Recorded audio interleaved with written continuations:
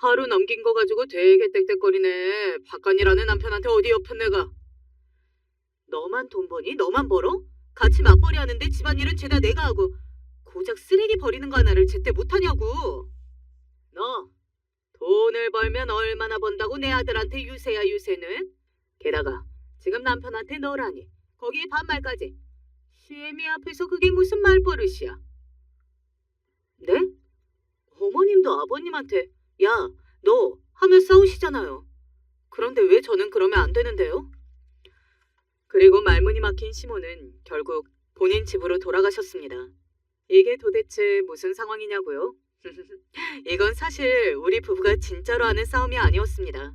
시부모님 부부싸움이 하도 잦아서 우리 부부가 피해를 입은 통에 벌인 싸움이었죠. 좀 황당하고 어이없고 제일 힘들게 만들기도 했던 우리 시댁 사연. 한번 들어보시겠어요? 안녕하세요. 저는 30대 중반에 딸 하나 키우고 사는 여자입니다. 우리 시부모님은 동갑의 나이인데 아무리 동갑이라도 해도 그렇지 서로 야, 너 하면서 반말이 일상이세요. 처음엔 그런 것이 친근해 보이고 재밌어서 좋았는데 그게 다가 아니었습니다. 겉으로 보면 별일 아닌 일을 시작으로 서로 못 참고 투닥투닥 하는데 그게 또 앞에 자식들이 있건 손주들이 있건 도가 지나치게 싸우시는 거예요. 하루가 멀다 하고 두 분 싸우시는 건 부부 문제니까 100번 이해한다 치는데 부부싸움하고 나서 꼭 시모가 우리 집으로 짐까지 싸서 오신다는 게 문제죠. 일단 그렇게 오시면 하루 이틀 밤은 기본이고 어떤 때는 일주일 넘도록 우리 집에서 머물며 시부한테 시위하나 봐요. 애 키우고 집안일 하랴 일 다니랴 가뜩이나 바쁜데 집에 온 시모의 시중까지 들어야 하니 저는 참 난감했습니다. 거기에다가 자기는 심심하니 괜히 저한테 이런저런 집안일 간섭에 시어른 노릇까지 하려 드니까 미치고 팔딱 뛰겠어요. 너 일 핑계로 집안일을 소홀히 하는 것 같구나. 가스레인지에 이 기름때가 다 뭐니? 참다 못한 저는 남편한테 두 분 화해 좀 시켜보라고 했어요.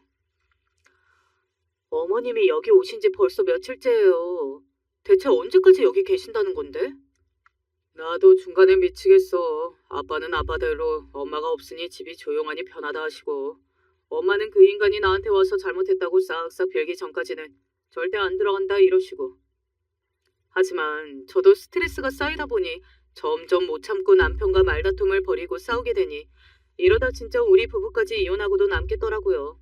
그래서 남편과 저는 고민한 끝에 한 묘안을 떠올렸어요.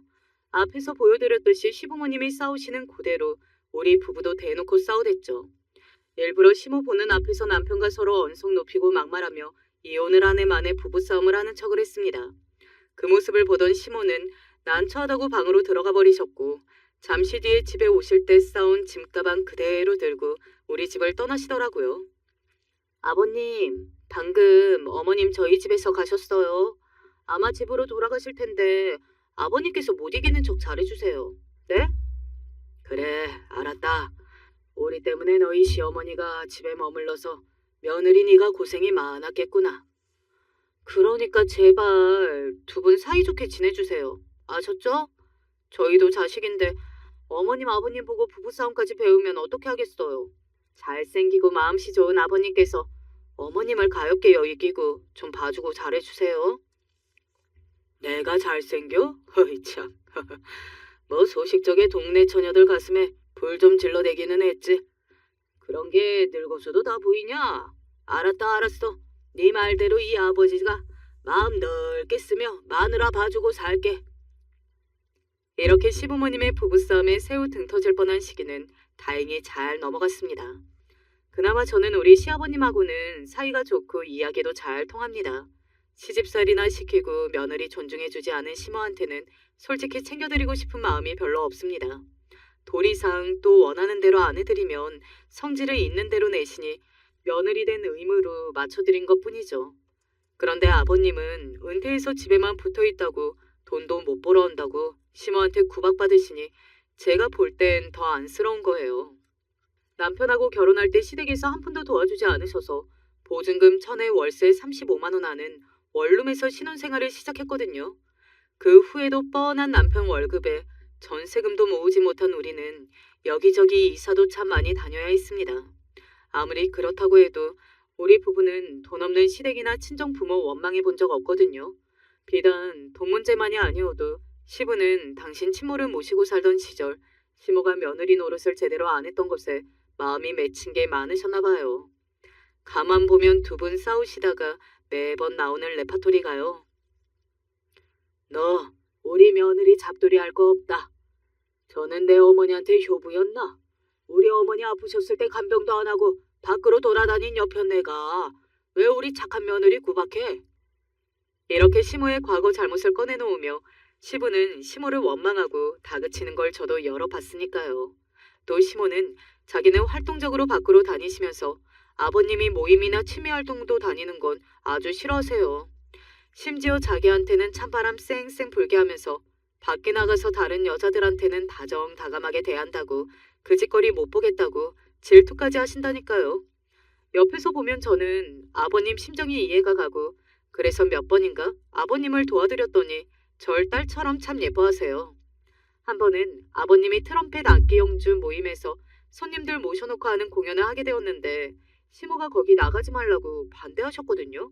그래서 제가 아버님께 따로 필요하신 용돈도 드리고 그 공연을 주련 사람한테 홍보하는 등 도와드렸죠. 아버님은 제 덕에 모임 사람들 앞에서 면이 섰다면서 친구분들 앞에 절 이렇게 소개할 정도로 고마워하셨어요. 얘가 내 하나뿐인 며느리야. 나한테 어찌나 잘해주는지 마누라는 물론 딸도 안 부럽다고. 게다가 시어머니는 없는 살림에 한 푼이라도 벌겠다고 일하고 다니는 저를 못마땅해 하셨어요. 뭐 좋은 회사 다니는 것도 아니고 네가 나가서 돈을 벌면 뭐 얼마나 벌겠냐. 괜히 바깥일 핑계대고 내 아들 밥 안 챙기는 거 아니야? 집안일 같이 하면서 남편한테 빡빡 우기고. 어머님, 이 집에 저 혼자 살아요? 남편도 성인이에요. 집안일은요, 여자만 하는 게 아니고 남편도 같이 분담하는 게 원래 맞다고요. 요즘 것들은 이기적으로 커서 가사 분담 어쩌고 한다지만 난 그 꼴 못 본다. 내 아들이 부엌에 들어가고 손에 물 묻히고 어휴, 생각만 해도 싫다고. 네가 이래서 반찬값 얼마 벌지는 내 모르겠다만 내 아들한테 바가지 긁고 집안일 넘기기만 해봐라. 내가 무슨 말하는지 알겠지? 아들 둘만 가진 엄마라 그런가? 시모의 말씀은 너무 옛날 사고방식이 아닌가요? 전 정말 이해할 수 없었어요. 원래 남편도 처음엔 내가 일하는 것을 반대했어요. 내가 얼마를 벌든지 관심도 없더라고요. 버는 돈을 생활비에 보태라는 둥 그런 말도 안 했으니 다행인지 모르겠지만 내가 하는 경제활동을 남편이나 시모나 다 개무시하고 인정해주지 않는구나 싶어 속상했죠. 뭐냐, 그래. 당신들이 내 돈 관심 끄고 달라 안 하면 잘 된 거지 뭐. 대신에 내 노동의 가치를 인정해주지 않은 만큼 이 돈은 오직 내 돈이야. 그거 아세요? 눈먼 돈이 더 쉽게 돈을 벌 수 있다는 사실 말이요. 당장 내가 먹고 사는 돈 아니고 이 돈 없다고 생활에 큰 지장 줄 거 아니니까 더 배포 있고 과감하게 투자하게 되더라고요. 물론 제가 버는 돈이건 생활비건 1,000원 한 장 허투루 쓰지 않은 알뜰한 사람입니다.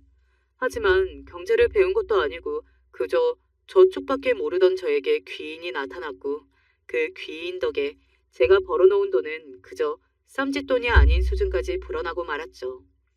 당시 새벽에만 하는 건물 청소 부업을 했었는데요. 그 건물에 술에 떡이 돼서 계단을 쪼그려 자던 아저씨 한 분이 있었습니다. 저런, 경매로 집이 날아갔나? 무슨 사연이 있길래 집 놔두고 여기서 주무신대? 내가 청소하던 건물은 무슨 경매나 투자 관련한 회사였거든요. 처음엔 경제적으로 파탄이 난 페인을 보고 그 아저씨가 있는 자리는 피했는데 자꾸만 보니까 나중엔 연민이 생기더라고요. 어차피 출근 전 아침밥을 짓고 저도 간단히 먹고 나오던 터라 주먹밥 2개 싸서 따뜻한 꿀차랑 같이 아저씨 옆에 둬봤습니다. 다음날 청소하러 나오면 내가 놓은 것들은 사라져 없고 또 그 아저씨는 거기서 자고 있었어요. 내가 드린 밥은 잘 드셨나 보네. 하고 또 하루는 가져간 담요를 덮어줬습니다. 초여름이라고는 하지만 새벽에 쌀쌀했으니까요. 이렇게 작은 호의지만 몇 번인가 더 도와드렸어요. 어느 날 여느 때와 같이 주먹밥을 옆에 놓고 돌아서는데 잠에서 깬 아저씨가 내 손목을 덥석 잡고 처음으로 말을 걸었어요. 아줌마, 나 노숙자 아니요. 왜 나한테 이렇게 챙겨줍니까? 아, 알죠. 그냥 안쓰러운 마음에 그랬어요. 기분 나쁘셨어요? 그럼 저 이제 안 그럴게요. 미안해요. 근데 허둥지둥 가려는데 날 그 아저씨가 잡더라고요. 놀라셨어요? 그게 아니라 가족도 버린 몸인데 생판 남인 웬 아줌마가 날 도와주니까 이상해서 물었죠. 우리 어머니 생각도 나고 혹시 날 아는 사람인가 했습니다. 저는요, 그쪽 전혀 몰라요. 다만 아주 나쁜 상황인 것 같아서 아침 드시라고 그냥 밥 좀 놔줘주고 간 거니까 개의치 마세요. 그러니까 갑자기 아저씨는 나에 대한 경계를 풀더니 자기 이야기를 시작했습니다. 많은 시간이 흘러 모두 정확히 생각나지는 않지만 대략 그랬어요. 유명한 투자 회사에 다니던 아저씨가 욕심이 생긴 나머지 고객의 돈까지 손을 대서 여러 투자를 했대요. 그런데 뜻하지 않게 큰 손실을 입고 횡령한 사실까지 회사에서 알아차려져 쫓겨났대요. 자신의 모든 것을 잃게 되자 아내는 딸을 데리고 아저씨를 떠나버려 혼자가 되었답니다. 나 망한 거야. 다 내 잘못이니까 감수할 수 있는데요. 홀로 사는 우리 엄마 시골집이랑 땅까지 담보로 대출을 끌었었습니다. 그리고 기한이 지나도록 이자도 못 갚으니 경매로 넘어갈 거라고 은행에서 말하더군요. 나 때문에 평생 살아온 엄마 집까지 날릴 수는 없었어요. 그래서 여기에 진치고 있게 되었죠. 그런 안타까운 사연을 듣고 나니 다음에는 좀 더 신경 써서 밥을 보온 도시락에 싸서 드리고 같이 얘기도 짧게 나누게 되었습니다. 그렇게 며칠이 지나고 아저씨는 자신의 목적을 이루었다며 이제 여기 올 일이 없다고 했어요. 아주머니 덕에 저 용기 많이 얻었습니다. 다시 일어서 보려고요. 앞으로 여기서 자는 일은 없겠지만 제가 아줌마 은혜 갚을 수 있도록 해주세요. 아저씨는 전보다 밝아진 얼굴로 좌표를 구했고 나는 꼭 성공하시라 그러고 보냈습니다. 이렇게 인연을 맺게 된 아저씨는 이듬해부터 나에게 하나씩 투자 정보를 주기 시작했어요. 그런데 진짜 그 말대로만 하면 꼭 주식이 오르더란 말입니다. 아주 희한했어요. 점점 돈은 불어나서 신나있던 저에게 아저씨는 위험천만한 투자를 제안했죠. 가상화폐라고 아시죠? 비트코인이 그중 제일 안전하니까 거기에 몰빵하세요. 그리고 뉴스나 뭐 그런 건 보지 말고 한 1, 2년쯤 있다가 제가 얘기할 때 그때 파시면 됩니다. 여러분, 기억하시죠? 비트코인이 한 개가 그 당시에는 몇백만 원 하던 시절이었어요. 그게 무슨 화폐겠냐고 위험천만한 투자일 뿐. 이렇게 가상화폐에 대해 부정적인 의견이 팽배하던 시절이었습니다. 아무리 내 돈 늘어나게 해준 아저씨라지만 은행이나 주식도 아니고 보이지도 않은 화폐에다가 지금까지 모은 돈을 다 투자하라니까 처음엔 너무 겁나더라고요. 어차피 내 힘으로 번 돈은 한 500분이 되지 않겠나. 이 돈 없어도 우리 식구 사는데 지장 없으니까. 그래, 마지막으로 아저씨 말 한번 믿어보자. 지금 생각해도 나 같은 새가슴이 어떻게 그리했나 모르겠지만 결국 돈 3천만 원을 모두 비트코인에 투자했습니다. 아저씨 말대로 그게 얼마가 되건 계좌도 안 보고 저는 계속 살던 대로 살았죠. 나중에 매도하라는 연락을 받고 열어본 내 계좌 속 돈은 2억이 넘어 있었어요. 도무지 믿기지가 않았는데 아저씨는 이게 끝이 아니라고 했습니다. 하지만 이사 가고 싶다던 아파트도 사고 아줌마 소원이라던 유학도 가려면 아직 이 정도 돈으로는 부족하지 않아요? 계단 앞에서 그 아저씨랑 대화하다가 우리는 서로의 소망을 얘기한 적이 있었어요. 아저씨는 재기에 성공해서 어머님 집을 새로 수리하고 자기가 원래 살던 집을 되찾고 나서 전처가 데려간 아이랑 같이 살고 싶다는 것이었습니다. 그리고 제 소망은 말이죠. 제가 커온 가정 환경에 대해 먼저 설명해 드려야 할 것 같네요. 우리 친정 부모님은 오빠 둘의 저까지 셋을 키우는데 경제적으로 늘 어려움이 있었습니다. 그래서 먹고 입는 건 그럭저럭 했지만 대입을 앞두고는 부모님과 치열하게 대립해야 했어요. 전 대학 진학을 고수했고 부모님은 공무원 시험이나 봐서 동사무소에 취직하라고 하셨거든요. 여자애가 대학은 무슨 대학? 고등학교까지 다녔으면 집에 보탬이 될 일을 해야지. 그러다가 적당한 데 시집가면 그뿐이다. 너희 오빠들 대학 보내고 나서도 허리가 빈다. 조금의 미안함도 없이 아빠는 나한테 대놓고 취직하라고 하셨어요. 내가 오빠들보다 공부를 더 잘하는데 왜 나는 대학 못 가고 돈 벌어야 해요? 아빠는 오빠들 대학 등록금 대준 것도 아니잖아요. 오빠들이 아르바이트해서 다니는 건데 나도 그렇게 할게요. 첫 학기 등록금만 좀 어떻게 도와주세요. 하지만 친정 아버지는 끝내 허락하지 않으셨어요. 내가 원하는 대학의 합격 발표까지 받았지만 돈이 없어 갈 수 없는 처지에 속상해서 방에 틀어박혀 울기만 했죠. 그런 딸이 보기 힘들었던 우리 엄마는 어떻게 구하셨는지 거금 300만 원을 저에게 주셨습니다.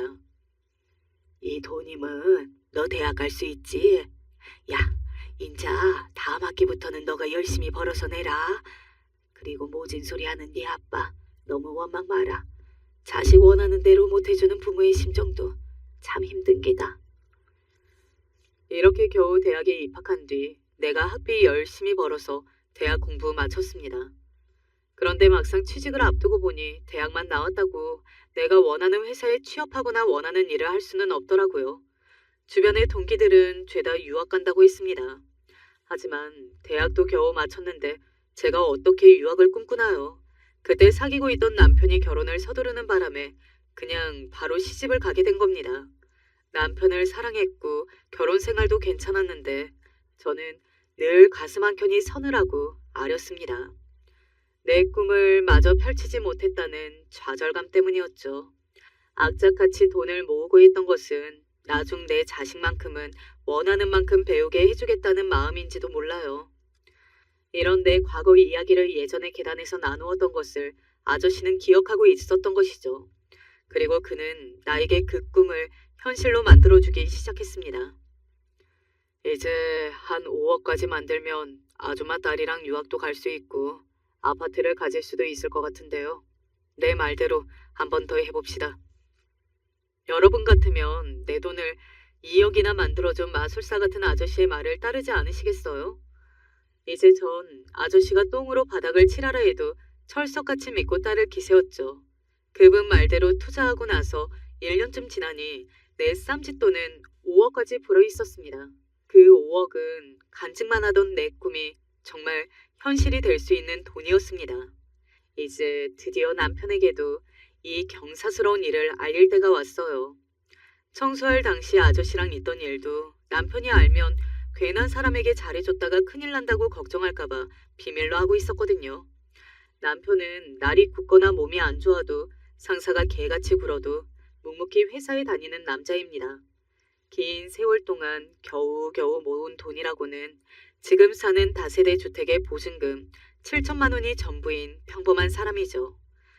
그런데 가정주부인 아내가 갑자기 5억이나 든 통장을 보여주니 당연히 바로 믿기지 않겠죠. 그동안 있었던 일을 듣고 난 남편은 그 귀인에게 찾아가서 감사의 인사를 꼭 하자고 했습니다. 정확히 무슨 일을 하는지 모르지만 늘 바빠 보였던 아저씨에게서 겨우 시간 약속을 잡아서 아저씨 집으로 찾아갔습니다. 서울 강남의 으리으리한 고급 빌라에 살던 아저씨는 나와 남편을 반갑게 맞이했어요. 아줌마도 참 이렇게까지 직접 인사하러 올 필요 없다는데도. 선생님, 말씀 많이 들었습니다. 우리에게 이렇게 큰 행운을 주셔서 정말 감사드립니다. 아닙니다. 마음 따뜻하고 똑똑한 아줌마에게 제가 은혜를 입었죠. 전 그 은혜를 갚은 것뿐입니다. 아저씨, 그동안 투자를 도와주어서 정말 감사해요. 그리고 이제부터는 어디에 투자하면 될까요? 그러자 아저씨는 눈썹 한쪽을 실룩거리며 저에게 되물었습니다. 아줌마는 계속 내 말만 듣고 투자하시게요? 물론이죠. 난 아저씨가 하라는 대로 무조건 따를 건데요. 아, 참. 내가 아줌마에게 약속한 건 딱 지금의 돈이었습니다. 그러니 그 이후에 대해서 난 보장 못해요. 이제부터 그 돈을 어떻게 쓸지는 아줌마에게 달렸고 난 더 이상 투자 조언하지 않을 겁니다. 왜요? 계속 저도 같이 투자하게 해주세요. 저 계단에 있던 시절 생각나죠? 그게 계속 위험한 투자하다가 아줌마가 맞을 결말일 수도 있어요. 또한 지금까지 돈이 불어난 건 아줌마의 힘으로 한 게 아니잖아요. 그 어떤 사람이라도 남의 말만 듣고 하다가는 결국 그 돈, 아니, 그 이상을 잃을 수 있다는 걸 명심하세요. 아저씨는 더 이상 나를 자기 투자에 껴주지 않겠다고 무서울 만큼 냉정하게 얘기했습니다. 그러고 이야기를 좀 더 나누다가 그 집을 나서는데 저는 그만하자는 아저씨의 말에 충격이었고 약간의 배신감마저 들던 차였어요. 그런데 난 저분 말이 정말 맞다고 생각해. 계속 자기 말만 믿고 투자하라고 했으면 나 저 사람 사기꾼으로 의심할 수도 있었는데 지금 하는 말 들어보니 구구절절 옳은걸. 남편의 말 듣고 저도 곰곰이 생각해보니 내 능력 밖의 돈을 얻게 되었고 그것만으로도 감사하다고 여겨야 하는데 난 그 이상의 욕심을 낸 것이었습니다. 내 자신이 부끄럽고 한심했어요. 거액의 투자 성공으로 들떠있던 마음을 진정시키고 전 원래대로 지내려고 노력했어요. 초심을 찾고자 건물 청소 부업을 다시 시작했는데 예전과 달리 전 부자가 된 기분으로 하루하루 보냈습니다. 이전부터 내 꿈을 알고 있던 남편도 딸과 유학을 다녀오라고 허락했고요. 그래서 전 유학을 준비하고 또 사고 싶었던 아파트도 알아보면서 내가 원하는 인생으로 한 발자국씩 걸어가고 있었죠. 그런데 어느 날 한 통의 전화를 받게 됐습니다. 주영애미야, 의논할 일이 있으니 당장 집으로 좀 와라. 반갑지 않은 시모의 연락에 또 아버님과 싸우고 나한테 하소연하시려고 그러시나 갸웃거리며 시댁으로 갔습니다. 그런데 막상 가보니 분위기가 사뭇 달랐어요. 시어머니랑 시아주버님 둘이 날 오매불망 기다리고 환영까지 하는 듯한 느낌이었습니다. 시집 와서 처음으로 시모가 직접 갈았다는 토마토 주스도 한컵 얻어 마셨는걸요. 주스 정말 시원하고 맛있어요. 어머님이 이렇게 주스를 잘 가시는지 처음 알았네요. 난 맨날 엄마가 아침마다 이렇게 갈아주는데 재수 씨는 처음 먹어요? 자기 배를 긁으며 아주버님은 쉰소리를 늘어놓았습니다. 이제 처음 여러분에게 소개할 시댁의 마지막 한 사람, 바로 시 아주버님 말이죠. 직업은 컴퓨터 프로그래머로 사회 초년생 시절 직장에서 안 좋은 일, 이른바 따돌림 사건을 겪은 뒤로는 집에서 프리랜서로 일하는 분이었습니다. 아주버님을 처음 만난 건 남편과 결혼하기 전 시댁에 놀러 갔을 때였어요. 시부모님이 여행을 갔으니 빈집에서 놀자는 남편의 얘기에 둘이 신나게 놀고 있었죠. 한참 거실에서 영화를 같이 보다가 우린 그만 야릇한 무드가 되어버렸고요. 서로 얼굴을 다가가 입을 맞추며 사랑을 피우려는 그때 끼쿵 후다닥 하는 소리가 났습니다. 오빠, 이게 무슨 소리야? 여기 아무도 없는 것 아니었어? 이상하다. 분명 엄마 아빠는 안 계신 걸 확인했는데. 설마. 누군가 떠올랐던 남편은 바로 어느 방으로 달려가더니 문을 활짝 열어젖히고 큰 소리를 내었어요. 형? 왜 여기 있어? 지금 회사에 있을 시간 아니야? 나 오늘 회사에서 잘렸어. 난 내 방에 가만히 있을 테니 너는 여자친구랑 하던 거나 계속해라. 오 마이 갓. 남편 형이 집에 있는지도 모르고 키스도 하고 그랬는데 이 민망함을 어쩌면 좋아요. 얼굴이 화끈해져서 옷이랑 가방 챙겨서 다급히 나갔고 뒤쫓아온 남편은 우리 집까지 바래다 주겠다고 하고 같이 걸었습니다. 오빠는 참 집에 형이 있는지도 모르고서 날 집으로 데려가면 어떡해. 미안. 난들 형이 회사에서 잘리고 집에 있는지 미리 알았나? 근데 이상해. 우리가 1시간도 전부터 들어와서 시끄럽게 있었는데 왜 나와보질 않아? 없는 사람인 척을 하시냐고. 사실은 우리 형 평범한 성격은 아니야. 아주버님은 사람들과 어울리기 힘들어하고 눈치도 없는 성격이라 늘 인간관계에 문제가 있었다고 그때 처음 이야기를 들었어요. 그리고 시집 와서 겪어본 아주버님에 대한 내 생각도 그와 같았습니다. 처음 만났던 당황스러웠던 때의 기억을 꺼내서 나를 놀리는 건 기본이요. 내가 그런 말 싫어하는지 눈치도 못 채나 봐요. 식탐은 또 어찌나 많은지 음식을 하고 있으면 몰래 부엌에 와서 다 먹어 없애버려서 상에 차릴 것이 없을 지경이에요. 아주버님, 아까 부쳐둔 전이 한 소쿠리나 됐는데 이걸 다 드셨어요? 곧 제사상에 올려야 하는데 이걸 언제 또 하나? 그거 따로 더 있는 거 아니에요? 요리하는 김에 음식 좀 넉넉히 할 것이지. 나는 얼마 안 먹었다고. 이렇게 일을 난처하게 만들고서 미안한 기색도 없이 도리어 내 탓이나 하고 있으니 아주버님이 얄미웠죠. 야야, 우리 큰아들 말이 다 맞아. 빨리 부침가루랑 다 가져와. 제사상 다 차리기 전까지 더 부쳐오면 되지. 뭔 잔소리가 그리 많아. 가뜩이나 시모랑 둘이서 제사 음식하는 것도 힘들어 죽겠구만. 이렇게 일을 더 보탠다니까요. 시모는 이런 아들이 그래도 자기 자식이라고 눈꼴 시릴 정도로 아주버님을 애처럼 감싸고 들기만 합니다. 어? 이미 제사상 거의 다 차렸는데 시간 얼마 없는데 여보, 나랑 정 같이 붙이자. 보다 못한 남편이 제 일을 도우려 하면 시모가 쌍시짐을 켜고 말려요. 어디 남자가 아녀자 일에 관여하냐고. 그럼 바깥일 제대로 못한다고요. 이 무슨 쌍팔년도 시절 얘기인지 모르겠어요. 아유, 저 먹충이 같은 놈아. 네 나이가 지금 몇 갠데 애처럼 제사상 올릴 음식에 손을 먼저 대냐. 조사님들 노하시게. 시아버지가 이렇게 꾸중하시면 시모는 애 기죽이게 왜 그러냐 소리 지르면서 저를 한 번 더 째려봐요. 마치 이게 다 제 탓이라는 듯이 말이죠. 이런 에피소드만 들어보셔도 시댁이 어찌 돌아가는 상황인지 대충 아시겠죠. 아주버님은 나이 40이나 먹고 어디 명함 내밀 직장도 없으며 거기에 머리도 벗겨진 영락없는 40대 아저씨의 모습입니다. 사람 겉모습이 문제가 아니고 성격 좋고 재미있으면 그래도 괜찮은데 저렇게 눈치 없지, 남에 대한 배려심도 없지, 어느 여자가 좋다고 하겠냐고요. 남편 얘기로 정확히는 몰라도 자기 형은 제대로 된 연애도 아마 못 해봤을 거라고 합니다. 그러니 시어머니는 그런 큰아들이 얼마나 걱정이 되겠어요. 네 주변에 좋은 아가씨 없냐? 제 동생은 결혼해서 애까지 낳고 사는 걸 보면 권혁이 제가 얼마나 속이 상하겠어. 우리 큰아들 생각만 하면 내 가슴이 미어진다. 그러니 네가 책임지고 좋은 아가씨 좀 구해와라. 한 번은 제가 33살 된 언니 소개해 주려고 했는데 아주버님이 저한테 뭘 하시는 줄 아세요?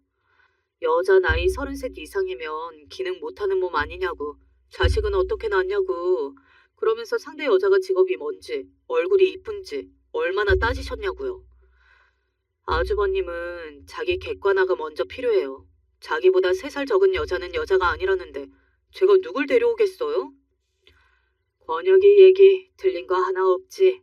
이왕이면 젊어야 건강하게 출산도 할 거고 연봉도 높고 저 정도면 괜찮은데 아무 여자나 우리 아들한테 못 디민다. 이러니 아주버님이 결혼은커녕 선이라도 제대로 보겠냐고요. 분수를 모르는 탓에 그저 혼자 살다 총각 귀신으로 하직하겠구나 했었죠. 그런데 우리 아주버님이 결혼할 여자가 생겼다는 소식을 들었습니다. 오늘 엄마 전화 와서는 우리 형 결혼할 여자 생겼다는데? 정말? 너무 잘 됐네. 그런데 어떤 여자래? 아주버님 눈이 머리 꼭대기에 달렸잖아. 진짜 그렇게 쏙 마음에 드는 여자이려나? 나이는 형보다 4살 어리고 그런데 이혼녀라더라. 그것도 3살 난 아들까지 하나 있네.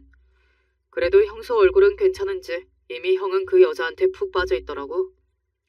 이 쇼킹한 사건으로 한동안 시댁은 소란스러웠습니다.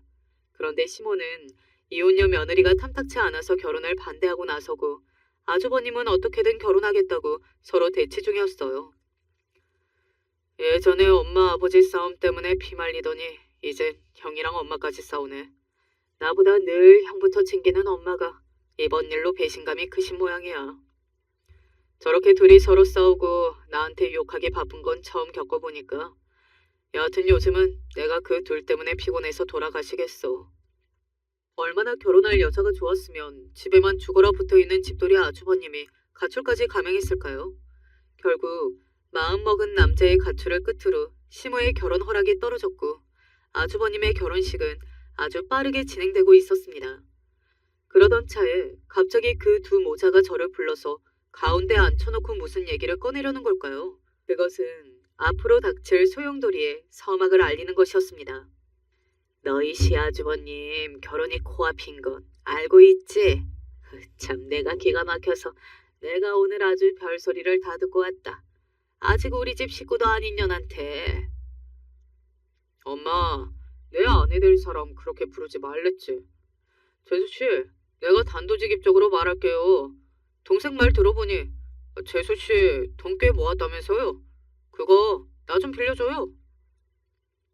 대뜸 나한테 돈을 달라니 이게 무슨 소린가 싶어 어리둥절했어요. 그 여우 같은 것이 글쎄 서울에 아파트 하나 마련한 남자 아니면 죽어도 결혼 못하겠다더라. 애초에 그런 얘기도 없이 내 아들 먼저 꼬셔놓고 이제 와서 여시 같은 년. 엄마, 좀. 우리 아내 될 사람 하는 말이 아들이랑 셋이 살려면 좀 번듯한 곳에서 시작하고 싶다고. 내가 모은 돈으로 좋은 동네 전세도 못 구하거든요. 그런데 지난번에 혁수가 그러대요. 재수 씨가 뭐 좋은 일에서 만난 어마어마한 사람이 투자를 가르쳐줘서 5억이나 모았다면서요. 그 돈으로 나 장사 가게 좀 도와줘요. 세상에, 이런 청천벽력 같은 소리를 다 듣네요. 그 돈은 남편도 아닌 오로지 내 땀이 들어간 내 돈입니다. 유학도 가고 집도 사려고 하던 참에 엉뚱한 사람이 나타나서 내 돈을 빼앗아가려 한다니 다급해진 저는 반대하고 나섰죠. 그 돈은요, 오로지 제 힘으로 저 혼자 모은 돈이에요. 늘 가슴에 품고 있던 내 외국 유학 자금이 될 거고요. 우리도 지금 허름한 전셋집에 살잖아요. 우리 집도 사야 하고요. 죄송해요. 저 못 빌려드려요. 잠깐만. 이 무슨 귀신 씨나라 까먹는 소리야? 유학? 애 딸린 아줌마인 네가 지금 유학 가겠다는 소리냐? 어이가 없네. 나 돈 빌려주기 싫다고 재수씨 이상한 이유 막 갖다 붙이는 거 아니에요? 그러게 유학은 개뿔. 네 딸도 아니고 다 늙은 네가 무슨 유학이야? 쓰잘데기 없는 소리 말고 당장은 너희 아주버님 결혼부터 시키는 게 우선이야.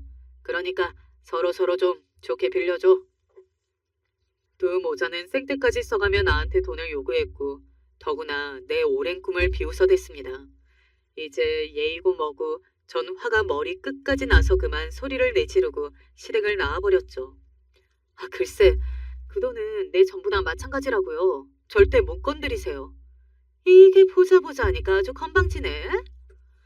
그러자 시모는 나한테 소리를 질러대며 내 뺨을 한 대 올리고 말았습니다. 급기야 머리채 잡고 아주 구타하려고 나서는 시모를 아주버님이 겨우 말렸어요. 하지만 아주버님도 말리는 척만 했지 시모가 날 응징하는 걸 고소하다는 표정으로 보더군요. 엄마, 그렇다고 폭력까지 쓰면 되나? 재수씨, 험한 꼴 보기 전에 어서 엄마 말씀 듣겠다고 하세요. 네? 저 미친 시모가 또 어떻게 나올지 모르겠다는 두려운 마음에 도망치다시피 시댁에서 뛰쳐나왔어요. 이 어이없는 상황에 집까지 오는 길에 혼잣말로 욕까지 해대며 씩씩대고 왔습니다. 날 피해 지나가던 행인들은 아마 제가 미친년인 줄 알았을지도 몰라요. 집에 와서도 그 분이 풀리지 않아서 맥주캔을 바로 입에 들이부었습니다. 따가운 맥주의 탄산이 목에 달라붙으면서 조금씩 흥분이 진정되고 찬찬히 생각해보았어요. 어떻게 그래도 며느리인데 손찌검을 당한다? 이 일을 어떻게 하지? 무엇보다 내 돈 진짜로 억지로 가져갈까봐 너무 무섭네. 하지만 내 통장에 든 돈인데 자기들이 뭐 어떻게 가지고 가겠어. 진정하자. 나 역시 강하게 내질렀으니까 다신 돈 달라는 소리 못 꺼낼 거야. 어떻게 해볼 테면 또 해보라지 누가 무섭나? 그리고 돈 빼앗기기 전에 빨리 한국을 떠야겠다 싶어서 속도를 높여 유학 갈 준비를 했습니다. 그럴 필요도 없는데 마음이 급해지니 바로 2달 뒤에 출발하는 나와 딸 2사람의 비행기표까지 끊어놓았고요. 게다가 미리 연락한 부동산 중 한 군데에서 연락이 와서 아파트를 둘러보고 계약까지 마쳤습니다.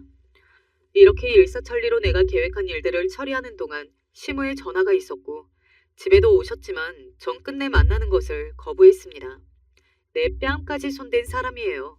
아무리 시모라 해도 대면하고 싶지 않았습니다. 어느 날 퇴근하고 집에 온 남편은 어두운 얼굴로 소파에 털썩 앉아서 저한테 할 얘기가 있다고 했어요. 내가 웬만하면 이런 얘기까지 하고 싶지 않았는데, 자기야, 그 유학은 우리 조금 늦춰서 가면 안 될까? 내가 어떻게든 꼭 책임지고 보내줄 테니까. 지금 무슨 소리 하는 거야, 당신? 나 유학 준비도 거의 다 했고 아파트 계약까지 마쳤어. 한 달 뒤에 주영이랑 떠날 거야. 그렇게 알아. 진짜 다들 왜 그리 자기들만 생각하냐. 나만 중간에서 미치겠어. 내 남편은요.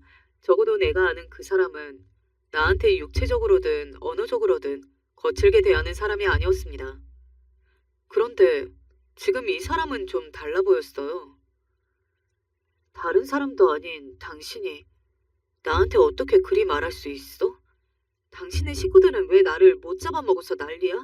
나 그날 당신 엄마한테 뺨까지 얻어맞았어. 그런데 너 같으면 그런 시엄마를 상동하고 싶겠냐? 무엇보다 그 돈은 내 거야. 설령 당신이라도 내 돈 건드리면 나 남편이고 뭐가 없어? 뭐? 너 말이면 다인 줄 알아?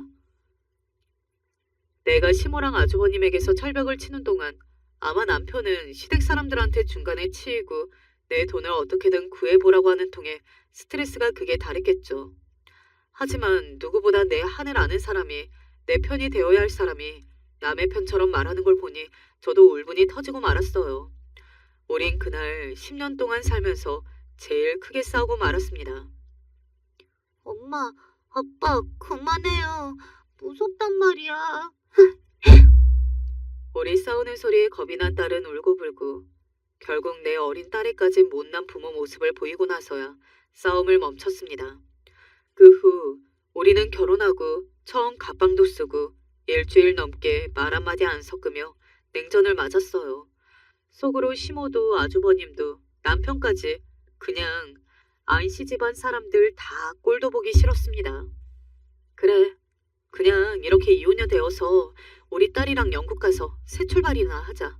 부엌에서 설거지하며 이렇게 극단적인 생각까지 하고 있었는데 현관문이 여닫히는 소리가 났어요. 아마 퇴근하고 남편이 돌아온 모양인데 우린 냉정 중이니까 난 쳐다보지도 않고 계속 설거지에 집중하고 있었죠.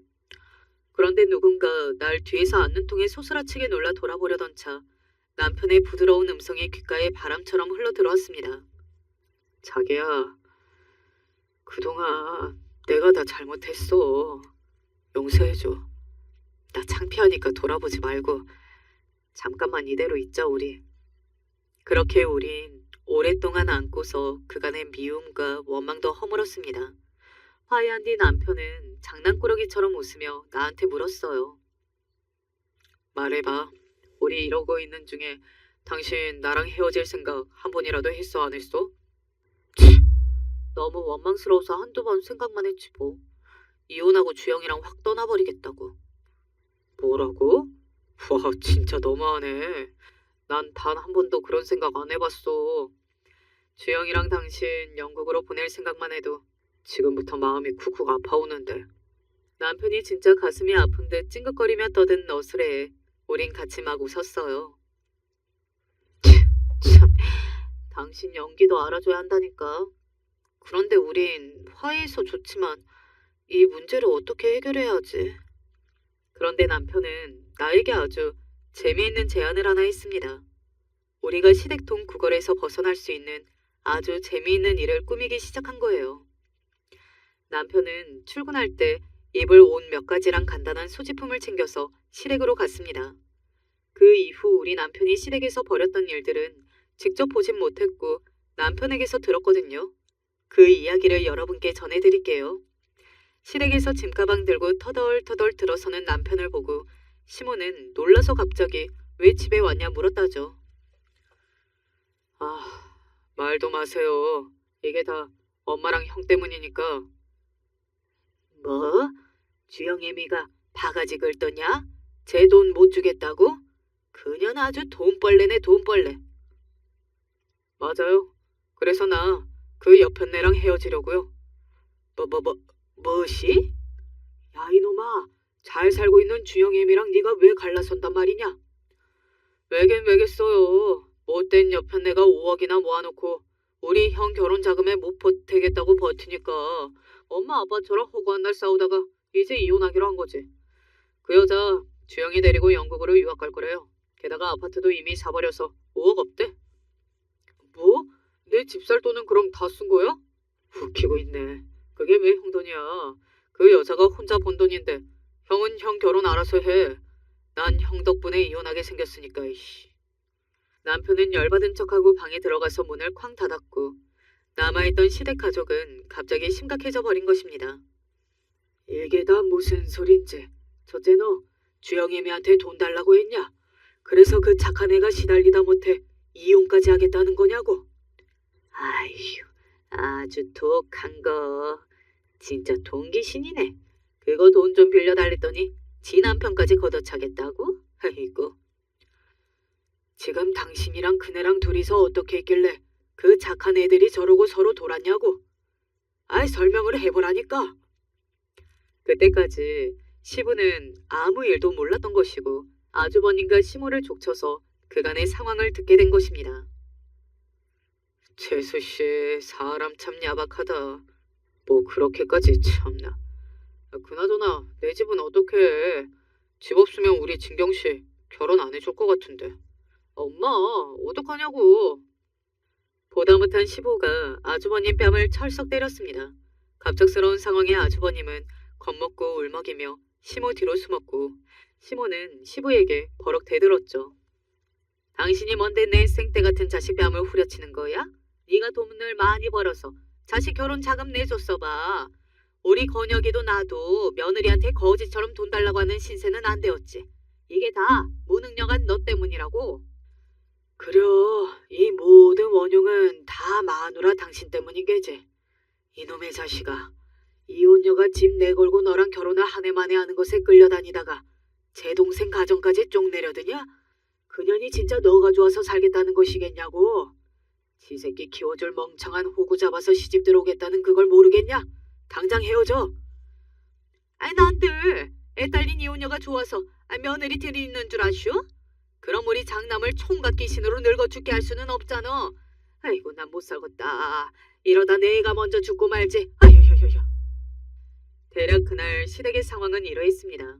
모든 일을 알고 난 시부는 아주버님과 시모를 사람으로 보지 않고 완전히 뚜껑이 열리셨어요. 심지어 시모와 황혼 이혼까지 생각하고 있다고 하시대요. 그렇게 시아버님은 절 찾아와서 제 손을 꼭 잡으면서 설득까지 하셨습니다. 난 권혁이 그딴 결혼 안 해도 상관없다. 아니 사실 그런 여자 속셈 뻔하지 않느냐. 그러니 주영애미야 마음 돌려다오. 둘째랑 헤어진다는 생각은 하지 말고 너 마음 먹은 대로 해나가라. 내가 다 도와줄 테니. 아니 시엄마고 누구고 네 앞에 못 나타나게 할 테니 나만 믿고 다른 마음 먹지 말거라. 알겠냐? 눈시울마저 붉히시며 진심으로 읍소하는 시부의 모습에 그만 전 감동해버렸어요. 하는 수 없이 아버님께 이혼 생각은 접겠다고 말씀드렸죠. 재차 이혼은 안 된다며 당부하시고 돌아서는 아버님 뒷모습을 보며 사실 남편과 짜고 쳤던 연극인데 너무 죄송하다는 마음까지 들었습니다. 처음에 제가 말씀드렸잖아요. 우리 시부모님은 원래부터 개와 고양이처럼 보기만 해도 서로 으르렁대는 사이였다고요. 그런데 이번 일로 진짜 두 분은 건널 수 없는 강을 건너고 만 것이죠. 설마 거기까지야 갈까 했는데 아버님은 작정하시고 가정법원에 이혼 서류를 내려갔다는 얘기를 듣고 급히 남편과 양재동으로 달려갔습니다. 아버지, 왜 이렇게까지 하십니까? 엄마랑 이혼이라뇨. 놔라, 너희 엄마랑 하루도 같이 못 산다. 예전처럼 홧김에 그러는 거 아니다. 충분히 생각했는데 목숨 붙어있는 날이 한 달이건 1년이건 간에 하루라도 마음 편히 살고 싶구나. 아버님의 눈빛은 정말 그 전과 전혀 달랐습니다. 큰일이다 싶어서 전 바로 그 거리에 무릎까지 꿇고서 아버님께 간청드렸어요. 아버님, 정말 죄송합니다. 저희 부부는 사실 진짜로 이혼하려던 건 아니었어요. 시어머니랑 아주버님이 너무 강경하셔서 수호를 부린 건데 일이 이 지경까지 될 줄은 모르고 제발 용서해 주시고 이혼은 멈춰주세요. 아버님은 멈칫하시고서 한참 동안 한숨만 푹푹 내쉬셨습니다. 얼마간의 시간이 흘렀을까? 이웃과 아버님은 그럼에도 이혼하겠다고 하시며 법원 안으로 들어가셨어요. 우리의 힘으로는 도저히 잡을 수 없을 만큼 단호하게 말입니다. 멍하게 서서 우린 우리가 얼마나 큰 실수를 저질렀는가를 반성하고 또 반성했어요. 걱정 마. 어차피 이렇게 될 일이었는지도 몰라. 당신은 유학 준비만 신경 써. 내가 우리 집 일은 잘 해결해 볼 테니까 당신은 죄책감 갖지 말고.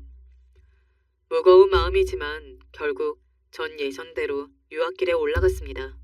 인천공항에서 딸은 아빠와 헤어지기 싫다고 울고불고 이별의 순간을 맞고 있었어요. 시아버님은 우리가 떠나기 전 함께하고 싶다고 하셔서 근사한 저녁도 사주시고 우리 집에서 하룻밤 머무시고 함께 공항에 오셨고요. 얘야, 여자 몸으로 딸 데리고 하는 타지 생활이 보통 힘들 것이 아니냐. 그리고 이걸로 돈 아끼지 말고 우리 손녀 좋은 구경 많이 시켜줘라. 거기 가서도 자주 연락하고. 시아버님은 상당한 금액의 영국 화폐가 들어있는 돈 봉투를 저에게 주셨습니다. 그런데 그때 남편의 전화가 울렸고 잠시 통화하던 남편은 좀 놀란 듯 보였어요. 전화를 끊고 나서 몇 분이 지나자 저 멀리서 다가오는 시모의 모습을 보고 깜짝 놀랐습니다.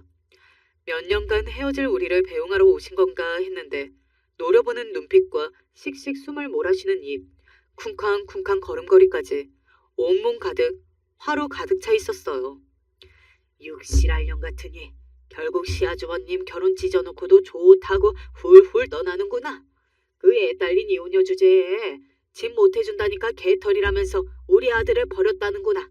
어디 네 마음대로 돼서 속이 시원하냐? 애초에 그런 개차반 같은 여자한테 형 장가가게 하려고 하셨어요? 결혼 안 한 게 차라리 잘 된 거예요. 하나밖에 없는 동생놈이 한단 소리가 네 형은 충격받아서 그 먹성 좋은 놈이 밥도 안 먹고 방에만 틀어박혀 있어. 성질 같아서는 그 이혼녀 뺨이라도 갈기고 싶은데 어디 연락이 닿아야 말이지. 근데 네 형이 저렇게 된 건 너희들 탓 아니겠어? 그런데 신세 좋게 외국이나 가는 걸 내 가만히 못 보겠더라고. 정말 순식간에 벌어진 일이라 시모가 내 머리를 손으로 힘껏 내치는 걸 당해야만 했습니다. 눈앞에 별이 보이는데 옆에 있던 남편이 시모 손을 잡고 막았어요. 화가 난 남편이 시모에게 뭐라고 말하려는 순간 더 어이없는 일이 벌어지고 말았습니다. 시부가 시모의 뺨을 철썩 내리치고 만 거죠. 이 여편 내가 그토록 얘기했는데 지금 이 무슨 개 같은 짓이야. 외국으로 가는 손녀가 보는 앞에서 며느리를 때려? 당신이 참도 애들 애미고 할머니냐고. 사람이 어쩜 그렇게까지. 시부는 울부짖다시피 시모를 비난했고 처음 보는 시부의 강경한 모습에 시모는 아주 당황스럽고 서러운 눈빛으로 보고 있었습니다. 어느덧 공항에 있던 모든 사람들이 우리의 막장 쇼를 보고 있다는 걸 눈치챘고 우리 부부는 딸과 시부모님을 데리고 다른 조용한 곳에 가서 상황을 풀어보려 했습니다. 하지만 두 분 모두 서로에 대한 원망이 너무 깊어서 눈도 안 마주치고 입도 떼지 않으려 하셨어요.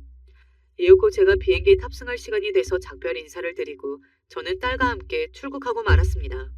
이 일도 벌써 1년도 넘는 일이 되어버렸네요. 그래서 한국에 있는 가족들은 어떻게 되셨냐고요? 시부모님은 협의 이혼을 마무리 짓고 정말로 헤어지셨습니다. 원래 살던 집에는 시모와 시아주버님 둘이 사시고 아버님은 남편과 함께 우리가 살던 집에서 살고 계십니다. 아버님은 사실 혼자 따로 집을 얻어 나가고 싶어 하시지만 아내와 딸도 없는 마당에 같이 살자고 남편이 붙잡아서 계신 것 같아요. 황혼 이혼 후에 아버님은 모임이나 취미활동도 왕성하게 하시며 건강히 아주 잘 지내고 계신데요. 하지만 시모는 여전히 원망과 분노에 사로잡혀서 그리 잘 지내시지 못한다고 합니다. 가끔 남편이 안부 전화를 드려도 아주버님의 결혼 파탄 책임이 너희 부부라는 둥 며느리 때문에 다 늙어 자기가 이혼녀가 됐다고 우리 욕만 하신다네요. 시모의 원망과 분은 아무래도 쉽게 사그라들 것 같지 않습니다. 그렇다 보니 남편도 시모 계신 집에 안 간 지 한참 되었다고 자기도 이제 지쳐서 안부 전화도 안 할까 싶다고 하네요. 아마 시모의 태도가 변치 않은 한 결국은 연이 끊어지지 않을까 싶습니다. 지금 영국에서 저랑 딸아이는 적응해서 잘 지내고 있습니다. 하지만 부슬부슬 비 오는 날이면 한 번씩 그때 생각을 하고는 해요. 내가 만약 그때 돈 5억을 아주버님께 내어드렸다면 난 어떻게 살고 있을까? 그랬다면 시부모님은 이혼까지 가지 않았을까? 라고요. 그런 죄책감이 들 때면 우리 가정과 시아버님을 위해 정말 잘해야겠다고 다짐합니다. 한 번은 통화하다가 이 얘기를 꺼냈을 때 아버님이 그러셨어요. 우리 부부 사이는 너희 자식들 생각보다 훨씬 더 심각했다. 어차피 터질 상처가 곰고 곰다가 터진 거고 덕분에 난 지금 아주 활기차게 잘 살고 있지. 다 네 덕분이다. 오히려 고맙구나. 우리 아버님은 내 마음에 짐 덜 나는 뜻으로 이렇게 말씀해 주셨죠. 남편과 한국이 그립고 할 때면 습관처럼 여기 유튜브에 올라온 사연을 찾고 있습니다. 이곳 덕분에 향수병 안 걸리게 도와주셔서 감사한 마음이에요. 그래서 막 대단하지는 않지만 여기에 보내볼 법한 사연쯤은 겪은 것 같아서 제 이야기를 쓰게 되었습니다. 여러분께서 제 사연을 재미있게 들어주셨다면 매우 뿌듯할 것 같아요. 그럼 전 이만 인사를 드리고 글을 끝내볼게요. 한국을 그리며 모두 안녕히 계세요. 저는 요즘 들어 상당히 결혼이라는 것에 회의적이 되어버렸어요. 젊은 친구들은 결혼을 해보지도 않고 그렇게 주변에서 듣는 이야기들만 갖고 비혼이네 뭐네 한다지만 저는 해보고 하는 얘기니까 어느 정도 말에 힘이 실릴 것 같아요. 저보다 더 많은 나이대의 구독자분들도 계시겠지만 누구나 제 사연을 들으면 아마 가슴을 치실 겁니다. 한많은 여편네의 이야기 부디 끝까지 들어주시길 바래요. 제 남편은 대학원을 나와서 박사 타이틀을 갖고 있었고 시어머니에게 있어 매우 큰 자랑이 되는 아들이었어요. 이것부터 뭔가 숨막히는 상황이라는 걸 그때 알았어야 했는데 왜 저는 늦게서 알았던 걸까요? 당장 무슨 일이 닥쳐야만 그 위협감을 깨닫게 되는 인간의 존재가 참 우습기도 합니다. 남편을 만나기 전 저는 죽기 살기로 미용실에서 일을 했어요. 당시 제 미용실을 차리고 난 지 얼마 안 되었을 때였거든요. 나름의 빚을 갖고 시작한 사업이라 저는 더 열심히 했어요. 손님 한 명 한 명 정성스레 맞이하면서 그 누구보다 일찍 출근하고 늦게 퇴근하며 어떻게든 가게를 성공시키기 위해 움직였어요. 우리 유 원장은 진짜 열심히야. 이번 휴일도 안 쉬고 하는 거지? 네, 손님 머리 봐드려야죠. 아니 어떻게 일주일에 하루도 안 쉬고 일을 해? 그러다 몸 나만하질 않겠어. 괜찮아요. 손님들 상대하는 게 더 저한텐 보람이고 좋아요. 힘들지 않았다면 거짓말이에요. 응급실에 실려갈 만큼 몸 상태가 나쁜 날도 있었고 나도 그냥 다 놓고 쉬고 싶던 생각도 많이 했어요. 하지만 그럼에도 제 가게를 찾아오시는 손님들을 보면 다시금 마음을 다잡고 열심히 하게 되더라고요. 그렇게 몇 년 바짝 움직여서 그런지 눈물겨운 노력은 저를 배신하지 않았어요. 다시 생각해봐도 성실함이라든지 이런 것들은 정말 꾸준히 보답을 해오는 것 같아요.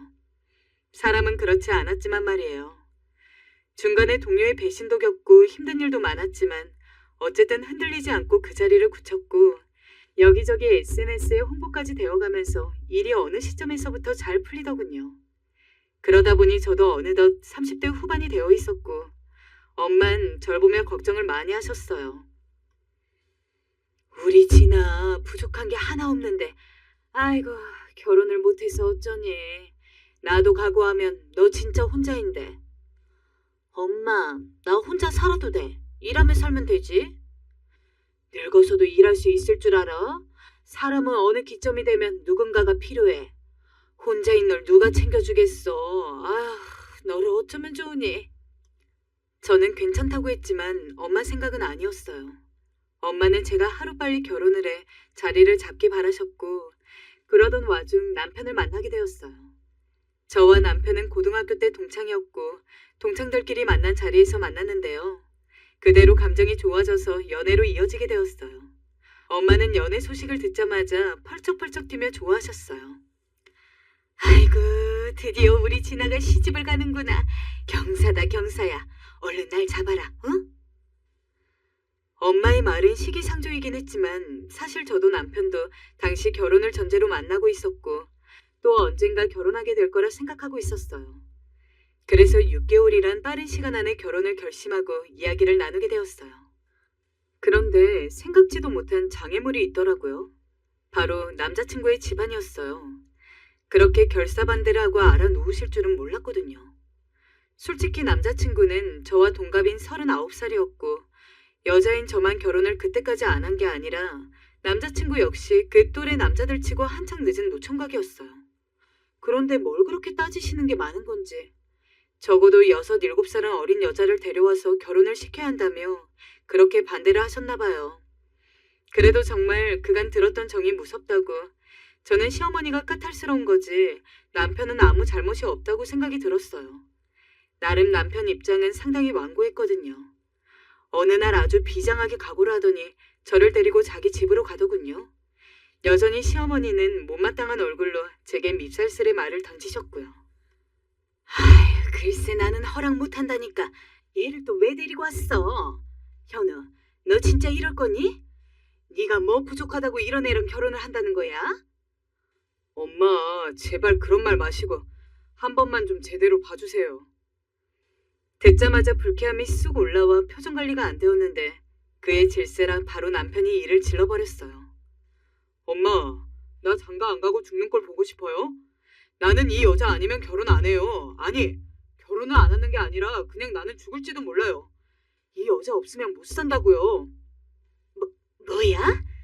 너 지금 내 앞에서 어쩐다고? 이 말에 시어머니는 뒷목을 잡고 어쩔 줄 몰라 하셨고 결국 옆에 계시던 아버님이 설득하셔서 저와 남편을 내보내었어요. 겨우겨우 우리는 그 자리를 나오게 되었는데 남편은 그때까지도 자신이 잘한 거라며 일말의 후회도 없어 보였어요. 저는 일이 더 커진 거 아닌가요? 걱정을 했는데 말이죠. 하지만 며칠 후 생각지 못한 놀라운 소식이 들려오더군요. 시어머니가 저를 부르시더니 이런 말로 결혼을 허락해 주신 겁니다. 결혼은 허락하마. 대신 내 말 잘 들으라. 당시 내 말 들으라는 말이 좀 의미심장하고 불안하긴 했지만 일단 저도 감사하다고 말씀드렸어요. 아들의 결심이 단단하니 자식 이기는 부모 없다고 어머니는 어쩔 수 없이 허락을 해주신 거였어요. 솔직히 말해서 시어머니가 이렇게 강한 사람이니 제가 이 나이에 결혼해 괜히 시집살이를 하게 되는 건 아닌가 걱정이 많을 때였어요. 남편에겐 말하지 않았지만 친정에도 말해 결혼을 물을까 하는 고민하고 있었고요. 허나 갑작스레 떨어진 허락에 남편이 너무도 기뻐했고 저도 그때가 되니 우리가 인연인가 보다 하고 결혼을 그대로 진행하게 되었어요. 내가 정말 잘해줄게. 진아야 고마워. 나랑 결혼해줘서. 남편은 저에게 지극정성이었어요. 그렇게 말하는 남편을 보니 저도 그래 이왕 하게 된 결혼 잘 살아보자 하는 의욕이 솟더라고요. 하지만 그렇게 허락을 받았다고 해도 당장 어떻게 살고 뭐를 어찌할 건지에 대한 대책이 있는 것은 아니었어요. 남편도 대학 졸업하고 거의 10몇 년을 공부만 했던지라 직장도 제대로 없고 모아놓은 돈이 없었거든요. 하지만 어찌되었던 저에게 목숨을 걸어가며 이렇게 맹렬하게 결혼을 외친 사람이니 그 이상 저도 더 바랄 게 없게 되더라고요. 서로 사랑하는 사이인데 있는 쪽이 좀 더 내면 어떤가 싶었고요. 그래서 신혼집도 제가 주변을 알아보고 30평대로 새로 사서 들어가게 되었어요. 어찌되었건 저는 어머니한테 더 이상 싫은 소리를 듣고 싶지는 않아서 그 나이에 남의 아들 뺏어가는 죄로 결혼식장 예약부터 해서 신혼집 예단이나 이것저것 엄청나게 화려하게 했어요. 사실 이 문제도 꽤나 시끄러운 문제였는데요. 시어머니가 저를 불러 먼저 그러시더군요. 그래, 집은 어디로 잡을 거니? 집은 제 직장 근처로 잡을 생각이에요. 30평대로. 둘이 살기 괜찮은 곳 받은 게 있고요. 뭐? 네 직장 근처? 아니 그럼 우리 집에서 너무 멀어지는 거 아니냐? 아니요, 멀어진다기보단 차로 30분 거리예요, 어머니. 30분이라니 멀어도 너무 멀구나. 시어머니는 대놓고 실망하셨고 그래서 어쩔 수 없이 알아봐둔 집보다 좀 더 비싸지만 시어머니 댁에 가까운 집으로 가게 됐어요. 이뿐만이 아니었죠. 나는 이 정도로 생각한단다. 시어머니께서 대뜸 절 불러 건네신 예당문록은 황당하리 많지 길었어요. 자기가 평소 갖고 싶었던 안마 의자부터 시작해서 백까지. 자기 나름대론 간소하다고 하지만 제가 봤을 땐 절대 간소한 게 아니었어요. 결국 이 문제는 저희 엄마 귀에까지 들어가게 되었고, 아니, 그 집 뭘 그리 바라는 거야? 하고 난리를 치시게 되었어요. 저 역시 이렇게까지 하면 시집가고 싶진 않았기에 제 의견을 비교적 명확하게 전달했습니다. 어머님, 이건 못 해드리고요.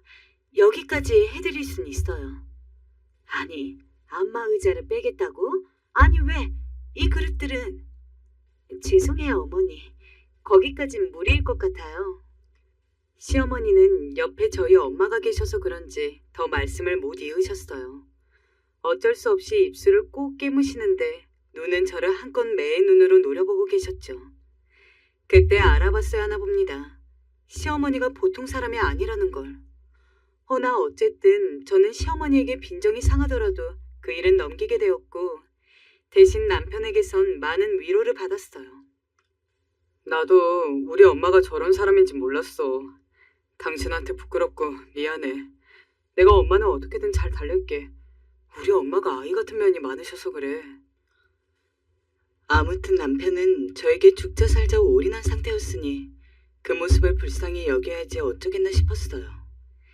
자기도 어머니의 저런 모습을 싫어하고 있었고 어떻게든 제 편이 돼주려고 있었으니까요. 그런데 결혼을 하자 하나 안 맞는 게 있었으니 바로 구직 활동이었어요. 자기가 박사라는 남편의 자존심이 대단했거든요. 나는 대기업이어만 해. 내가 갖고 있는 타이틀이 있는데 어떻게 그저 그런 데를 가. 솔직히 저는 한숨이 나왔어요. 아무리 본인이 공부한 시간들이랑 현재 갖고 있는 직함 같은 게 있다지만 그 나이가 되어서 대기업에 들어가려고 하는 게 이해가 안 되더라고요. 남편보다 10대 어린 창창한 애들. 그러면서도 학력 좋고 머리 회전 빠르고 체력 좋은 애들이 차고 넘치는데 말이에요. 여보, 요즘 대기업 아니더라도 그냥 괜찮은 곳 들어가서 몇 년 돈 벌다가 대기업으로 옮겨도 되는 거잖아. 처음부터 목표를 그렇게 높게 잡을 필요가 있어? 당신 지금 나 무시해? 나 박사야. 내가 왜 그런 데 가야 해? 당신도 나 못 믿어? 그런데 제 이야기를 듣자 남편은 펄펄 뛰며 자기를 무시하냐고 난리였어요. 그렇게 결혼한 지 얼마 안 되어 냉전이 생기고 말았습니다. 그런데 이 얘기를 시어머니가 듣게 되었는지 갑자기 저에게 전화를 걸어오시더라고요. 예, 너 내 아들한테 취직 얼른 하라고 독촉했다며. 네? 아, 어머니, 그게 아니고요. 예, 내 아들은 박사야, 박사. 내 아들이 대기업을 들어가지 누가 들어가겠니? 너 지금 돈 좀 번다고 남편 기죽이려는 게야? 듣자마자 너무 기가 막혀 말이 나오질 않았습니다. 아니, 그럼 제가 모든 생계를 책임지는 게 맞는 건가요? 저는 거기에 대고 뭐라 말을 하려 했지만 시어머니는 제가 말도 못하도록 본인이 빠르게 말을 이어가셨습니다. 너 앞으로 내 아들한테 이래라 저래라 하지 말아라. 박사랑 결혼했고 너도 박사 와이프인데 그 직함 얻었으면 그에 맞게 너도 남편 받들 줄 알아야지. 막말로 너는 그저 그런 데 나왔는데 네 남편 덕에 신분 상승한 거 아니냐? 시어머니는 제가 신분 상승했다고 생각하시더군요. 거기다 남편이 곧 죽어도 대기업 아니면 안 가겠다고 버티는 덕에 결국 어머니가 그렇게 10수년 들어왔던 공부 수발이 저에게로 넘어왔지 뭐예요. 1년이 넘어가자 결국 저는 참다 못해 제안을 하나 하게 되었습니다. 딱 1년이야. 그 이후에도 취업이 안 된다면 나는 못 참을 것 같아. 신혼집도 내가 해오고 온갖 것들을 다 해왔는데 계속해서 나만 먹여 살리는 식으로는 갈 수는 없어. 나는 그냥 열심히 일하고 본인이 일한 만큼의 수입을 벌어오는 남편이 있었으면 좋겠어. 알겠어. 그렇게 할게. 이땐 남편도 나름 취업 준비로 지쳤을 때라 약간 기분 나빠하긴 했지만 어쨌건 나름의 노력을 했어요. 그래서 8개월 차쯤엔 드디어 대기업을 포기하고 중견기업에 들어가게 되었어요. 그 모습을 지켜보는 저도 쉬운 게 아니었어요. 결혼해서 저는 바쁘게 뛰어다니고 일하느라 매번 연신 정신없이 살고 있는데 남편은 느긋하게 책 한 권 끼고 집에서 커피나 마시고 집도 엉망이 되는 걸 보니 못 참겠더라고요. 그래서 강수를 두었고 그렇게 겨우 출퇴근하는 직장인들 무리 속으로 남편을 떠밀어 보내게 되었어요. 게다가 저는 신혼 초 첫 달부터 나름 어머님께 도리한답시고 꽤 큰 금액의 용돈을 드렸어요. 어찌되었건 귀한 아들을 장가 보냈다고 그리 속상해하시니 한편으로는 그냥 그런 말을 더 이상 듣고 싶지 않기도 했고요. 당시 제 월 수입은 꾸준히 몇 년간 1,000만 원을 오가는 수준이었기 때문에 그 10분의 1 정도 드리는 건 그렇게까지 어렵진 않았어요. 그래서 매달 100만 원씩 어머니께 용돈을 보내드렸고 남편 수입이 없는 그 1년여의 시간도 제 수입만 갖고 살았고요. 처음에는 어머니도 좋아하셨어요.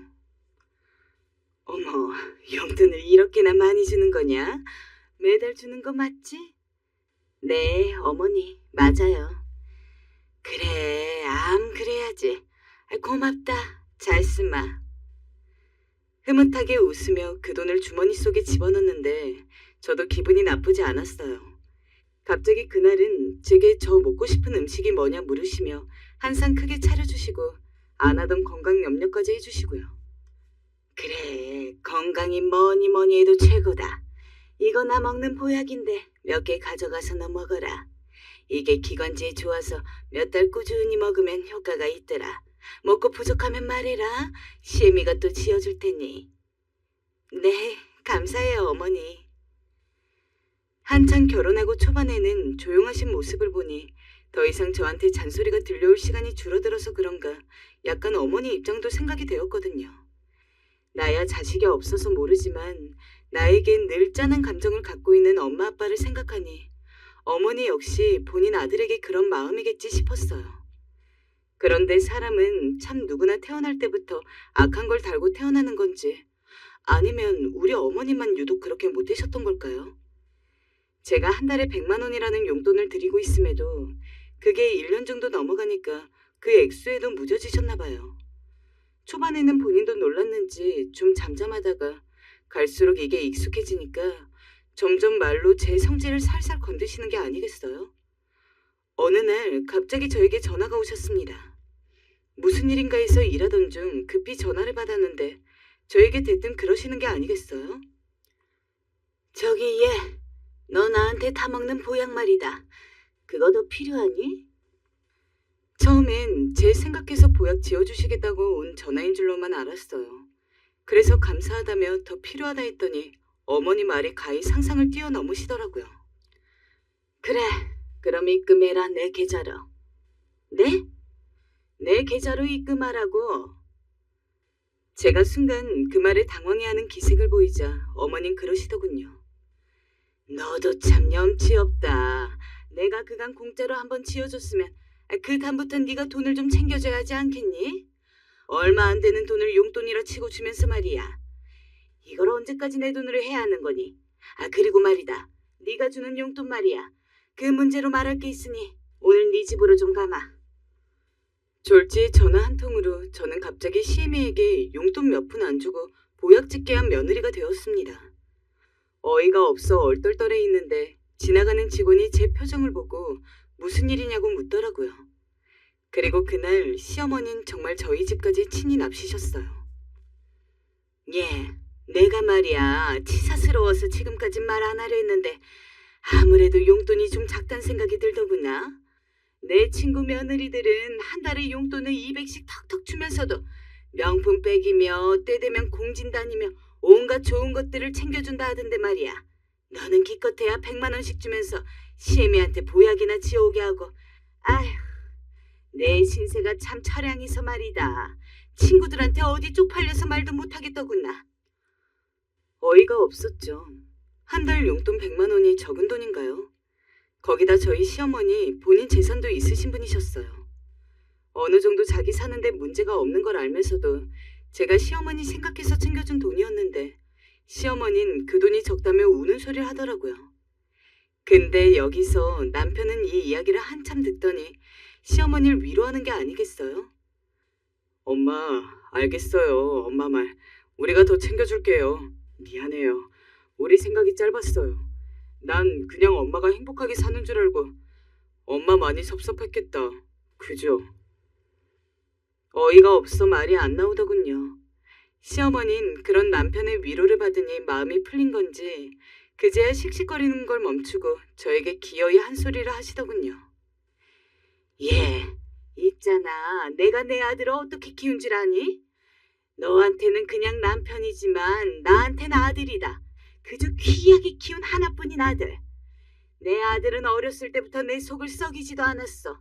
그저 나밖에 몰랐다. 공부만 열심히 하고. 언제나 이 엄마를 기쁘게 하는 그런 아들 말이다. 그러니 얘가 너랑 결혼한다 했을 때 내 가슴이 얼마나 청천벽력이었겠니? 너야 기껏해야 그냥 대학 졸업 학벌 가지고 있는 애고 돈만 좀 벌지 다른 거 내세울 거 없는 애인데 나는 내 아들 대통령 딸이 들어와도 아깝다고 생각했던 사람이야. 그런 내가 이 결혼 받아들여주고 했으면 너도 나한테 대가를 좀 지불해야 하지 않겠니? 최소한 며느리로서 도리는 하란 말이다. 쥐뿔도 없이 나이만 먹은 자기 아들을 데려다가 강남 좋은 위치에 신혼집도 얻어서 살게 해주고 있고 아들이 돈벌이 못할 때도 며느리가 순전히 자기 돈으로 살면서 본인들한테 부모랍시고 용돈도 매달 100만 원씩 꼬박 몇 년을 갖다 줬는데 말이에요. 그렇게 할 거 다 하는 며느리한테 고맙다는 말 한마디는 안 하고 다시 또 한마디씩 얹어가면서 잔소리를 늘어놓는 꼴이 정말 보기 싫었어요. 거기다 그 말에 이어서 한 어머니의 말이 종일토록 일하는 제 머릿속을 내내 얼마나 괴롭혔는지 모릅니다. 네가 새가 먹이채 가듯이 현우를 확 안 채갔으면 쟤는 벌써 똑똑하고 어린 여자 만나서 애 몇은 낳고 잘 살았어. 지 믿어주는 여자 만나서 큰 회사 들어가서 훨씬 대단한 일을 하고 있었을 텐데 네가 재촉을 해가지고 저런 회사나 들어가서 기죽어 살고 있는 거다. 현우가 얼마나 큰 인물 될 애인지 알기는 아냐? 아이고, 이래서 집안의 며느리를 잘 들여야 하는데. 누가 보면 제가 납치를 해서 결혼이라도 한 줄 알겠어요. 본인 아들이 자기 이제 40 넘기면 진짜 장가 못 가는 데다가 저 아니면 죽을 거라고 단시 투쟁하고 별짓을 다 해서 허락해 주셨던 걸 누구보다 본인이 잘 알지 않나요? 그런데도 왜 저렇게 생색을 내고 싶어 하시는 건지 정말 생각할수록 화가 났어요. 저 혼자 이렇게 부글부글 속 뒤집어지느니 차라리 남편에게 전화해서 한풀이라도 해야겠더군요. 허나 남편은 강 건너 불구경이었어요. 우리 엄마가 그냥 하신 말이야. 악의 없이 한 말이니 너무 깊게 받아들이지 마. 여보, 당신이 우리 엄마한테 이런 말 들었다고 생각해봐. 어떻게 이 말을 그냥 지나칠 수 있겠어? 제발 당신이 중간에 나서서 나한테 그만하라고 말이라도 제대로 해봐. 너도 참 예민하다. 뭘 그러냐 또. 하여튼 알겠어. 내가 엄마한테 말할 테니 화 풀어. 그만. 남편이 남의 편이라더니 진짜 그 말이 딱 맞더라고요.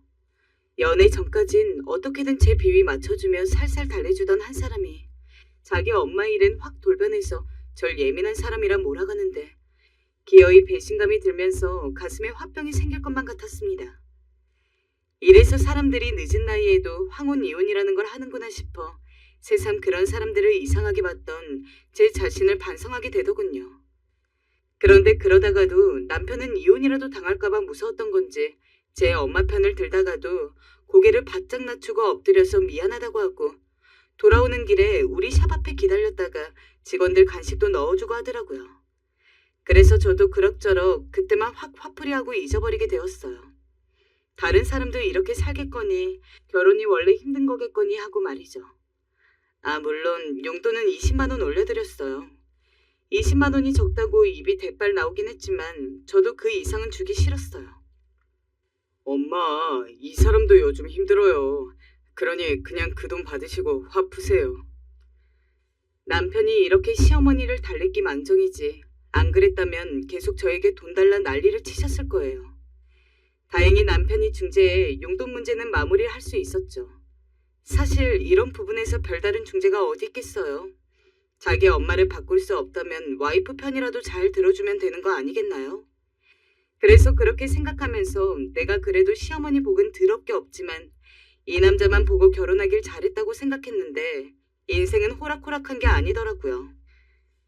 이쯤 되면 예상하셨겠지만 제 남편이 사고를 치고 만 거예요. 저는 이 일로 한동안 병원을 다니며 약을 먹어야 할 정도로 골치를 앓았고 내가 그렇게 힘들게 쌓아 올려서 모든 게 다 담겨져 있는 이 사업도 처음으로 좀 쉴까 고민을 하게 되었거든요. 남편이 어느 날 갑자기 회사를 때려친 거예요. 그리고 갑자기 사업을 한다며 사업병에 걸린 거죠. 그것도 저 몰래 물속에서 이루어지던 일이었습니다. 그걸 알게 된 건 남편의 사업이 쫄딱 망해 어마어마한 빚 청구서가 날아왔을 때였고요. 여보, 어떤 사람이 찾아와서 지금 나보고 2억을 내놓으라는데 이게 무슨 말이야? 당신한테 왜 빚이 2억이 있어? 그게 여보, 뭐냐고? 내가 실은 말이야. 당신한테 말 못한 게 있는데. 남편이 우물쭈물 내뱉은 말에 그만 저는 기함을 하고 말았죠. 제가 돈을 안 빌려줄 걸 알자 시어머니에게 돈까지 빌려 사업을 했고 그 와중에 회사 다니는 척을 하기 위해 생활비도 갖다 준 겁니다. 한마디로 저를 철저히 속이고 일을 벌이다가 크게 말아먹은 거였죠. 남편이 기존의 회사에 만족하지 못하는 건 알고 있었습니다. 남편은 항상 이런 말을 반복하곤 했거든요. 나는 이런 곳에 있을 사람이 아니야. 더 대단한 곳에 가 있어야 할 사람인데 내가 지금 내 재능 썩히고 뭐 하는 짓인지 모르겠단 말이야. 그럴 때면 저는 잘하고 있다고 지금 이 정도 회사에서 돈 버는 것만으로도 훌륭한 일이라고 어떻게든 남편을 추켜 세워줬어요. 그렇게라도 해야 남편이 다니던 회사를 때려칠 것 같지 않았거든요. 근데 애초에 그런 노력조차 하지 말았어야 하나 봐요. 남편은 빚을 지고 와 저에게 갚아달라 하더군요. 그러면서 하는 말이 여보, 나 이번에 한 번 더 하면 잘 할 수 있을 것 같은데 우리 적금 든 거 깨면 안 돼? 우리 엄마도 이제 돈 없단 말이야. 당신 제정신이야? 당신이 무슨 사업이야? 나 속인 거 미안하지도 않아? 정말 얼마나 남편이 한심스럽던지 빚 갚아달라는 것도 모자라 적금 깨어 자기 한 번 더 도와달라 하는데 이 사람이 내가 아는 사람이 맞나 싶었어요.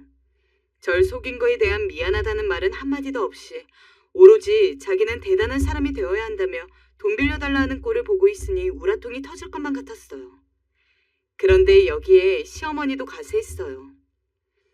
예, 그 돈 좀 해줘라. 너 돈 많이 벌잖아. 듣자 아니 니네 가게 이번에 매출이 부쩍 올랐다며. 그 정도면 얘 경제적으로 지원해줘도 되지 않겠니? 너도 알다시피 내 아들은 큰 물에서 놀아야 하는 애야. 그깟 쬐깐한 회사에서 내 능력을 알아주지도 않는다고. 아님 너 돈 없으면 니네 친정에서라도 달라 하면 안 되겠니? 어머님, 정말 해도 해도 너무하시네요. 박사 아들 귀하게 여겨셨을 땐 그러려니 했어요. 근데 요즘 세상에 박사가 무슨 한두 명인가요? 그리고 제 남편은 제가 아는데 그냥 저 그릇이 맞아요. 원래 다니던 회사에서 일할 그릇이라고요. 제발 어머님도 당신도 그만 현실을 직시하세요. 저도 그날은 화가 나 속에 꾹꾹 담아놨던 말들을 아주 세게 퍼부어 버렸어요. 남편과 시어머니 표정이 순식간에 불그락 푸르락 변했지만 그러건 말건 그냥 집을 나와 친정으로 들어가 버렸어요.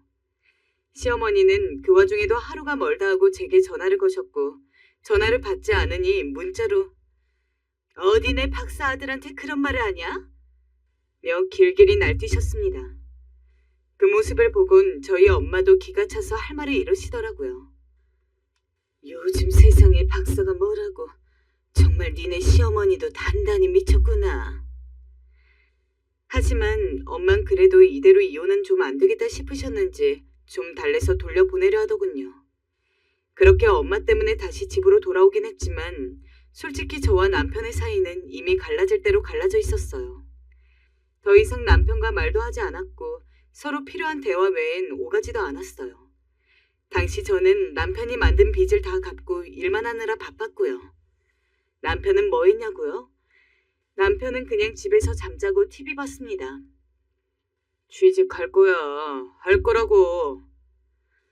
말로는 그렇게 말했지만 딱 봐도 별다른 노력은 하지 않았어요. 그리고 저는 경쟁 업체로부터 소송에 휘말려서 잠깐 피곤한 상태에 있었는데 그래서 안 그래도 좀 예민했었거든요. 그래서 더더욱 신경 쓰지 않았어요. 그러던 어느 날 잘못 맞춰둔 남편의 알람이 연신 울리기에 끌려고 봤는데 핸드폰에 카톡으로 이름 없는 메시지가 와 있더군요. 왠지 모르게 도대체 왜 그랬는지 모르겠지만 저는 그걸 왜 열어서 확인을 해보고 싶었던 걸까요? 남편과 연애를 하고 결혼 생활하는 그때에 이르기까지 저는 한 번도 핸드폰을 체크한 적이 없었거든요. 그날 유독 신경이 쓰여서 가뜩이나 피곤한데도 불구하고 그 창을 열어서 보게 되었는데요. 그 뒤로 제 앞길에는 지옥문이 열리게 되었어요. 처음에는 너무 어리나가서 입 밖으로 아무 소리도 나오지 않았지만 나중엔 정말 뭐에 홀린 듯 메시지를 손으로 쭉쭉 내려가면서 언제부터 남편이 이 메시지 상대 여자와 연락을 했는지 시기가 어느 때인지 보게 되더군요. 저는 이전에도 법적인 문제로 몇 번 불리해졌을 때 그때마다 녹음이나 자료 확보가 중요하다는 걸 알고 있어서 이때 어떻게 대처해야 하는지 알고 있었어요.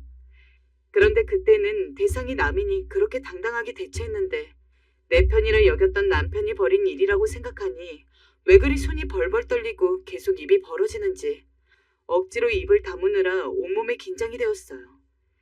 그 자리로 숨을 죽이고 남편 핸드폰을 들고 조용히 베란다로 나가서 남편과 그 여자가 주고받은 메시지를 소리 안 나게 캡처해서 제 핸드폰으로 전송했어요. 그리고 그 내역을 남편 핸드폰으로부터 모두 삭제했고요. 혹시 몰라 사진첩을 뒤져보니 그건 또 뭔가 흔적을 안 남기려 애썼는지 한 장도 없더군요. 일단은 그렇게 다시 제자리에 돌려놓았고 그날 저는 뭔 정신인지도 모른 채로 옷을 챙겨서 남편이 깨기 전에 밖으로 나와버렸어요. 갈 데도 없고 내 집에서 내가 머무를 수 없는 그 상황이 참 어이가 없고 허무하더라고요. 남편의 상간녀인 그 사람은 바로 예전에 남편이 다녔던 회사 여직원이었어요. 남편이 회사 여직원에 대해서 몇 번 말을 하긴 했지만 남편과 거의 띠동갑이었고 저도 한번 얼굴을 스친 듯이 본 것 같아요. 우리 부부보다 한참 어리고 생기 넘치고 예쁘장한 친구였지만 제가 너무 어수룩했던 걸까요? 남편이랑은 조금도 이성적으로 엮일 일이 있을 거라 상상도 못 해봤었거든요. 메시지엔 남편 이름을 불러가면서 자기가 어쩌고 하는 말투하며 남편은 그 여직원에게 나는 너밖에 없다는 등의 말을 써놨더군요. 와이프는 너무 성질이 세고 결혼해서 너무 불행해. 우리 엄마한테도 얼마나 함부로 하는지 몰라. 지연이 같은 여자를 만났으면 얼마나 행복했을까. 오빠 너무 힘들겠다. 그래도 지연이가 있어서 오빠가 힘이 아주 많이 나. 심지어 그 여자가 뭐하러 이런 시커먼 남자를 좋다고 만나는 건지 이해가 안 갔어요. 근데 내용을 쭉 살펴보니 대강 알겠더군요. 남편은 지금 살고 있는 집이며 차며 모두 자기 재산인 것처럼 이 여자 앞에서 거짓말을 했나 보더라고요. 게다가 그 말을 꼭 해야만 지금 이 어린 여자를 놓치지 않을 것 같았는지 그렇게 저랑 이혼을 반드시 할 거라며 신신당부를 해두었어요. 근처에 있는 호텔을 얻어서 지내면서 잠깐 머리를 비우고 생각을 해보게 되었는데요. 아무리 생각해도 정말 답이 안 나오더라고요. 저는 남편 하나만 보고 결혼을 했어요. 여자가 나이 40 되도록 시집 못 간 게 뭐가 그렇게 죽을 죄라서 시어머니한테 만날 때마다 욕을 얻어먹고 집도 해오고 살림도 하고 돈은 돈대로 쓰는 데다가 남편까지 바람을 피는데도 참고 있어야 한단 말인가요? 결국 저는 남편에게 이 모든 사실을 알고 있다고 자료들을 쫙쫙 보내버렸어요. 그리고 사색이 된 남편은 직장으로 찾아왔어요. 거의 석고대죄를 하더군요. 미안해 여보. 정말 내가 잘못했어. 이건 내 진심이 아니었어. 당신도 알잖아. 나중에는 영업방해가 될 정도로 꼴 같지 않은 몰골로 찾아와서 빌길래 직원들 시켜서 쫓아내기도 했고요. 정말 그런 망신이 없어서 너무 괴로웠어요.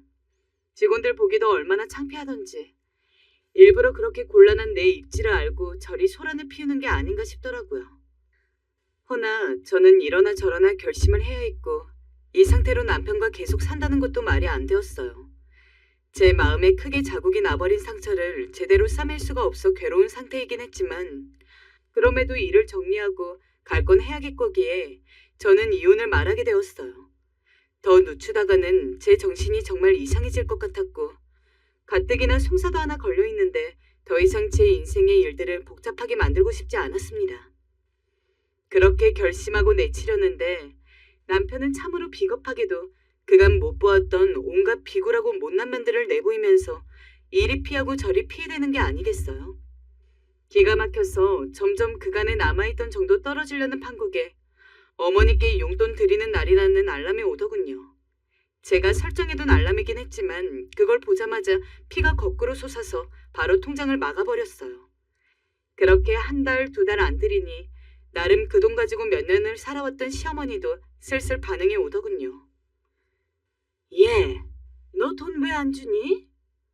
어머니, 저 이 사람과 이혼합니다. 바람나서요.